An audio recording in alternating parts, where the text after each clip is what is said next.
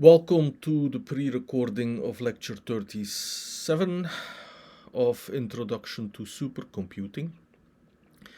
In this last part of the course, we are looking at application, and this lecture is actually one of the most applied lectures of the entire course. So we are looking at application in bioengineering, if you like, or also medical in the medical world. Image processing, reconstruction of medical scans. The first part is me trying to kind of give an overview over a subject that is also not too familiar with me, to me. But then in the second part comes the most relevant part for this course. So in some sense we are using this MRI reconstruction to see how one can efficiently design a kernel or efficiently accelerate an application on graphics processing units. Okay, so what is the problem? So one has magnetic resonance imaging as a technique as a diagnostic technique. So the patient is in the first stage in the scanner, and the scanner will sample data, and then the data gets reconstructed into an image. So there are a lot of limitations. So there is noise. There are what are called the imaging artifacts, and perhaps from the point of view from the patient, there are the very long acquisition times. So the time one has to remain still lying in the scanner. So in some sense, one wants a short scan time, but then one also wants very high resolution images because these scans are important as there are non-invasive, there are important diagnostics. So if your images are too low resolution, then you may miss a diagnosis. And also the entire scan could then be, in some sense, be completely pointless. So we have and often the processing of the images, so the reconstruction of the images, still preferably should happen while the patient is in the scanner, so that when a rescan needs to be done, this can actually happen if the first scan would be unsuccessful or not accurate enough. Now with GPU acceleration we apply massively parallel computing, and that provides what the authors in this study called a disruptive breakthrough. It's important here to realize this is already also personal supercomputing. So the equipment used in this study were very commercial GPUs. So here is a picture that I copied from the original paper. So this is a reconstructed image, or actually 3 reconstructed images. I'm using this picture also to draw attention to the main computational result. And this is a result from 15 years ago, so 23 minutes then on a quad-core CPU could definitely be also reduced with the common hardware architecture. But at that time, the 23 minutes was reduced to just over 1 minute. So a very significant speed up by using the GPU. Okay, so what is the problem? So the problem involves samples that are reconstructed via an inverse fast Fourier transform on the samples. So the formula for the reconstructed image is the problem. So you could see this as an efficient evaluation for one formula. So one has the samples, the sampling space, and then there is the weighting function. And fast Fourier transforms provide a key tool in the processing of images. Okay, so in the problem setup, there are very important considerations to consider. One could organize the sampling space in a rectangular or in a Cartesian fashion. But these are brain images and the head is round. So actually, it's not so convenient, so there will be a slow scan. And although the reconstruction is fast with the fast Fourier transform, the images actually may be poor. So the first application of a rectangular grid actually is not a good choice for this type of application for brain scans. Instead, we will organize the authors have organized the scans in polar coordinates format. So instead of having an x and y, you have an angle and a radius, the radius being the distance from the origin. And then one can get to a faster scan. So kind of intuitive, you can see that the brain is round, so you can place the center of your coordinate system right at the center of the head, and then you do a much more economical scan. And there's also a fast reconstruction, and that gives better images. So I'm citing here, so these images, the slides that I now display are screenshots of the textbook. One of the authors of the textbook was also a co-author of the study of this application. So the first main idea in the setup is to use polar coordinates. The second idea is then to refine the images. So it's essentially a least square problem, a huge least square problem, where iterative least square methods are applied. So this leads to much better images of much higher quality. However, and this is where the GPU comes in, it will also require significantly more computation. So that is the model, that's the setup of the application. This seems like kind of a gratuitous, so kind of an image that I also took from the screenshot from the textbook. Important points though, so this is a study that also involved people at UIC, our university. There is also the promise, I was mentioning personal supercomputing, but this also enables, and the last phrase in this caption, it enables individualized or personalized medical treatments. So the computational advances will have an increased benefit also to general medical treatments.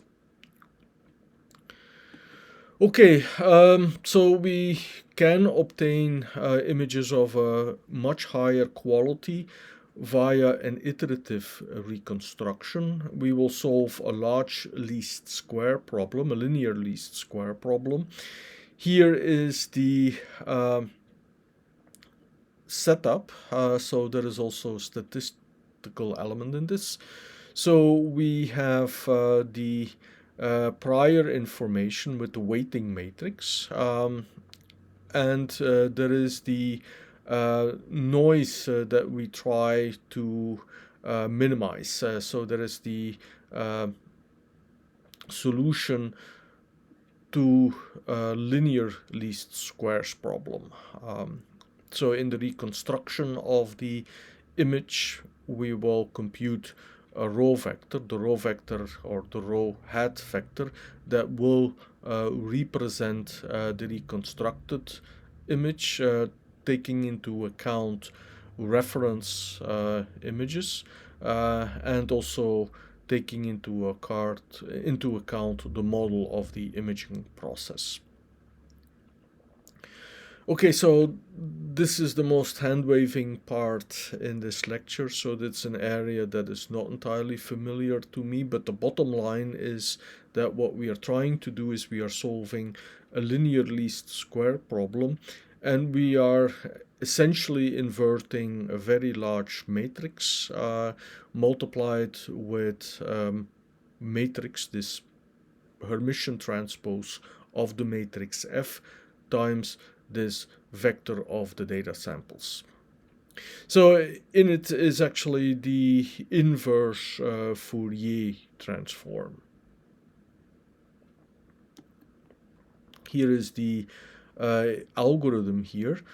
And the computation of the matrix and the right hand side are where the most computationally intensive steps come in. So in the iterative process, so this is again one of the diagrams that I copied from the textbook. So we compute the right hand side, and then we are computing in an iterative process, we are computing the row vector, solving the least square with conjugate gradient. Here are the three stages. So there is the reconstruction algorithm that involves the Fourier transform. Then there is the computation of the right-hand side vector.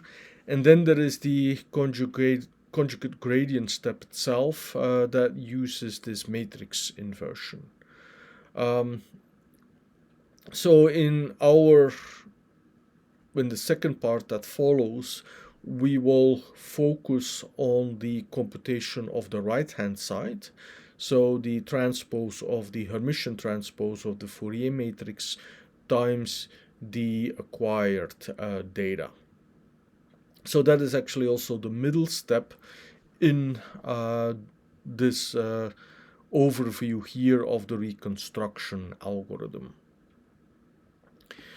I should say something about structured matrices. So we spend a lot of time in this course on matrix multiplication. So I could say very carelessly that, hey, here you see where matrix multiplications are again very useful.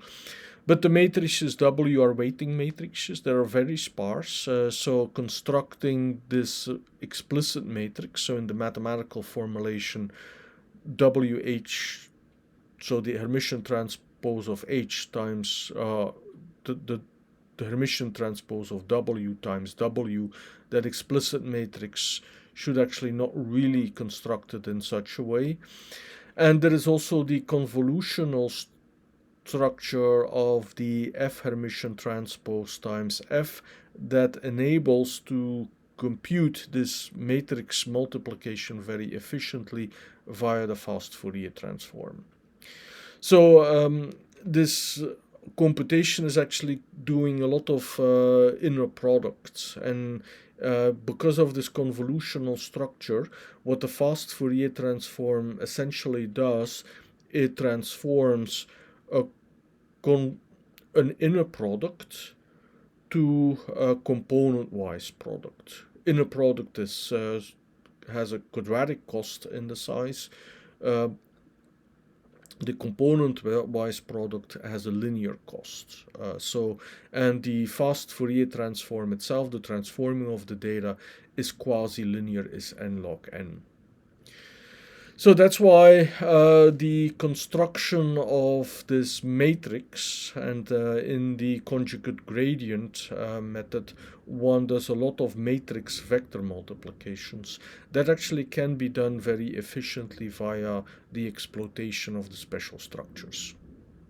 So in the second part of this lecture, we will place our focus on the evaluation of the Hermitian transpose of the matrix F times the sampled data D.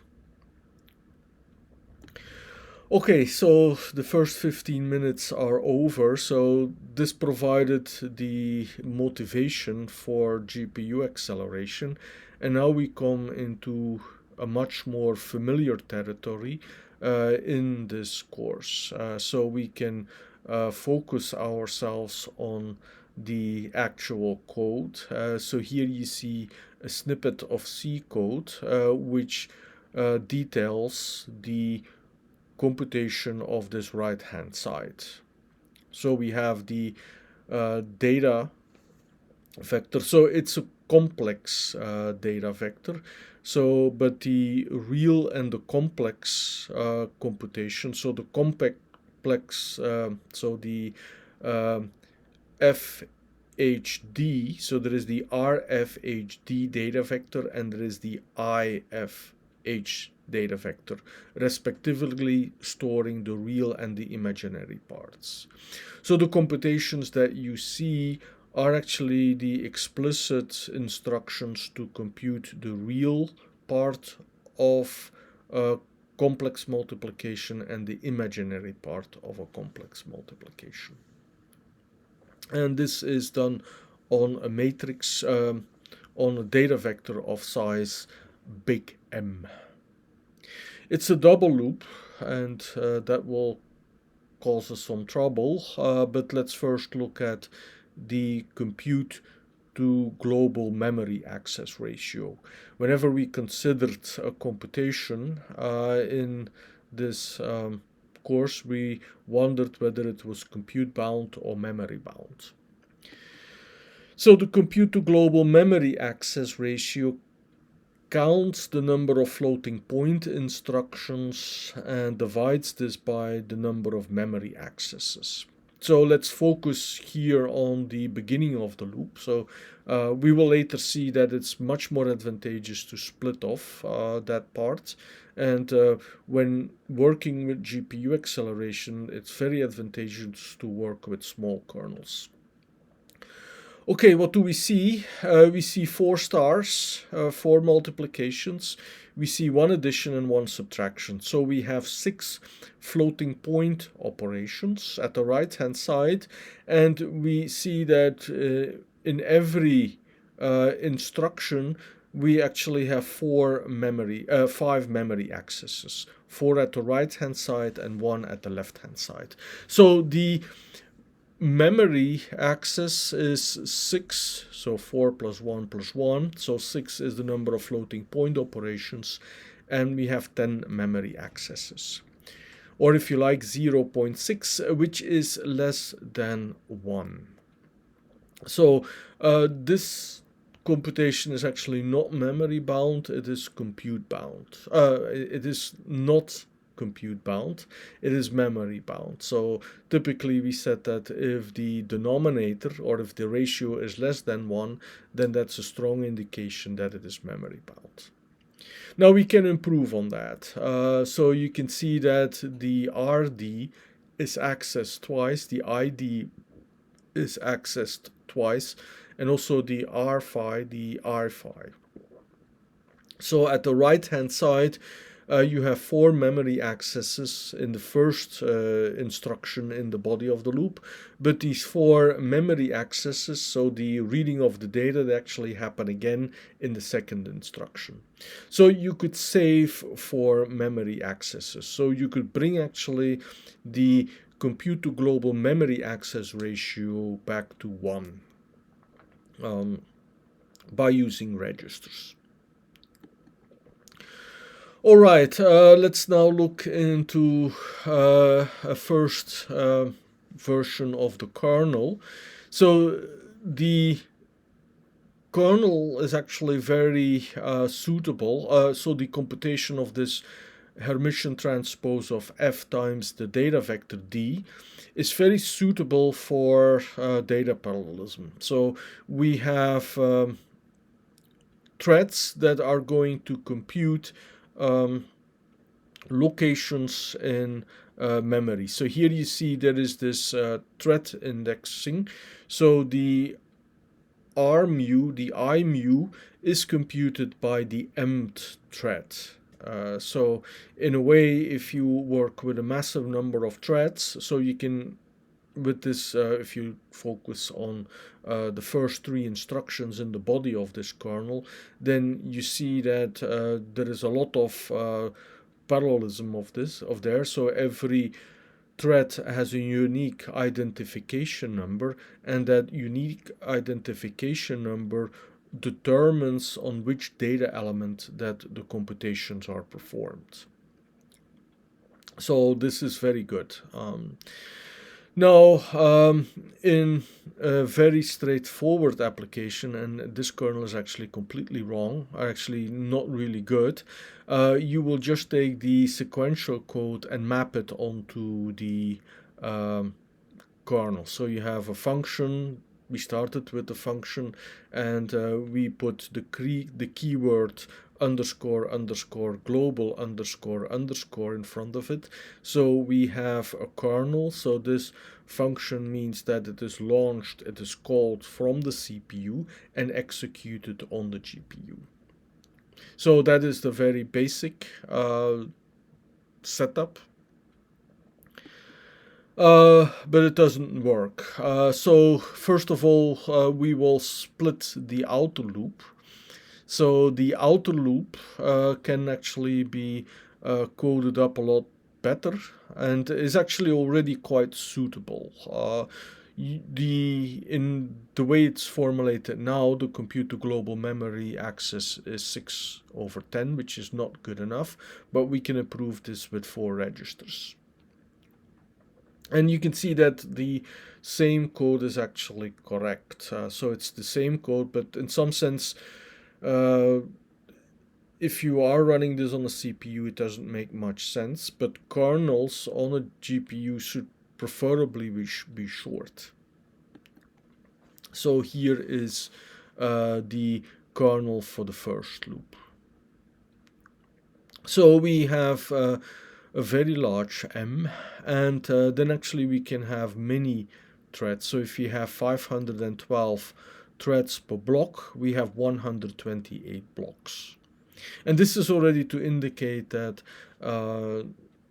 for a very seemingly simple computation, we have enough data elements, we have enough computations to do to keep a GPU fully occupied. And this is also an indication that we have massive parallelism. Again, there is the use of the registers and or shared memory, which has the main benefit and also that it introduces more parallelism, more instructions, and more opportunities for latency hiring. While one block is loading data, another block can do computations. And thus the memory transitions are much more optimized. Alright, so here is now the kernel for the second loop. So if you look at the kernel for the second loop, then one can count the computation of the computations versus the memory access ratio. So we have the same structure in the last two lines of the body of the inner loop, and you see we have 4 multiplications, 1 addition now. So actually 4 multiplications, and if you like, 4 additions as well. So we have the and I should have said here you have the Hermitian transpose in there. The minus, the plus. Minus is actually now for the first instruction, and plus for the first instruction. So with the Hermitian transpose, you do the transpose, but then also you change the sign, you go to the complex conjugate. There is already the use of the registers that will cache the cosine and the sine. So I was counting the number of floating point computation as being 10. And then you have the other computation, which has, you see, for every star and plus, we actually do have a memory access computation. So I count 1, 2, 3, 4, 5 multiplications, and an addition, 2 additions, so we have 7. But then you see there are also 6 memory accesses happening there. So if the cosine, the sine can be done very efficiently by one instruction in the hardware, then actually the CGMA ratio will be close to 1. So this is also not very good. But there is a lot of progress that can be made with this second kernel. Why is that? Actually, the first warning is that the kernel is going to give you a lot of trouble because not every thread writes to a very specific memory location. So here if you look at this kernel again, so we have the M, which is the name of the thread identification number. So that comes because of the outer loop. So with the massive parallelism, we have actually eliminated one loop. I should actually have said this also. So what is a quadratic cost now can become a linear cost if the GPU is fully occupied and if you have the right sizes. But observe that what we are actually storing, we are storing in the end location. So in the first kernel, we had the mth thread that was writing to the mth memory location, which has a very nice regularity to it. So now you will have many problems with memory coalescing. So threads which are adjacent may not be writing to adjacent memory locations. So that's already very bad. But again, so there is no synchronization statement here in this kernel either. So it's very, very likely that you will have results that will be completely off. And this is image reconstruction. So you do have reference images, and of course you can have the CPU doing it and then compare. But typically, if errors happening, it might be very difficult to see what the errors really are. So that's another problem in working with real data, and that must be computed and processed very fast. So in typical data parallel computations, you want that adjacent so that the threads write to very particular locations, and also that threads, of course, do not write in each other's memory locations. So we have a lot of accesses to the global memory, and there will be conflicts. And how they are resolved is actually not entirely clear. So this is a kernel which is wrong. How can you do this? Well, it turned out that you should go back to your original loop structure and observe that you can swap the order of the loop. So what you are computing is the end element in this Hermitian transpose of f times the data vector. So that is what you compute. So the end memory element should actually be computed by the end thread. So that's the main idea here, and you can interchange the loops, the M loop with the N loop. So that is a key improvement. Not an improvement mainly for efficiency, that too, but mainly for the correctness, the much needed correctness. Okay, so here is then the new kernel. So now the thread has a new name. It's called N now. Now every thread runs a loop independently. And again, image processing is a very fertile application area for massive parallelism, because all these elements can be computed independently. And you can see how many threads that are needed. You can also see that many kernels may be needed if you want higher resolutions. There is also here an iterative process that can play along. So you could do a very first run on a coarser grid. All right, it is better, most likely now going to be correct. However, the compute to global memory access is actually still very terrible, because each time when the end thread computes a new product, and that's actually the product of two complex numbers, then it's going to write it back into global memory. And then in the next step, load it back to global memory, load it back from global memory, update it and write it back. This might be good if you are a little bit worried about the reliability of your GPU. The power may be cut or something like that.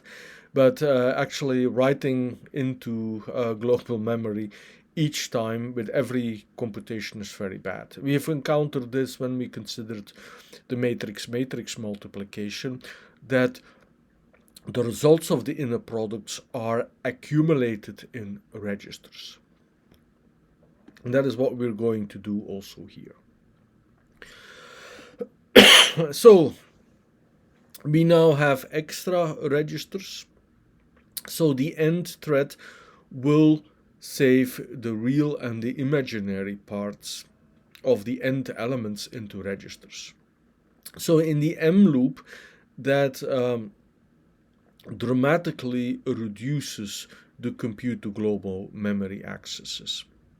You see, we still have the same number of computations, but now if you look at the last instruction in the loop, for example, you have only two memory accesses, and you work with registers that you have the two multiplications and the two additions. So then the memory access ratio is 4/2 in the last instruction. So the compute to memory access ratio is greatly improved, by a factor 2 at least. So how can we still do better? Well, constant memory is used here. Constant memory can also be accessed a lot faster. So we can store our sampled data. So here constant memory is actually limited, but in some sense treating the sampled data as constant is actually quite a good use. I mean, the sampled data won't change anymore. So here actually you also make it a lot easier for this GPU.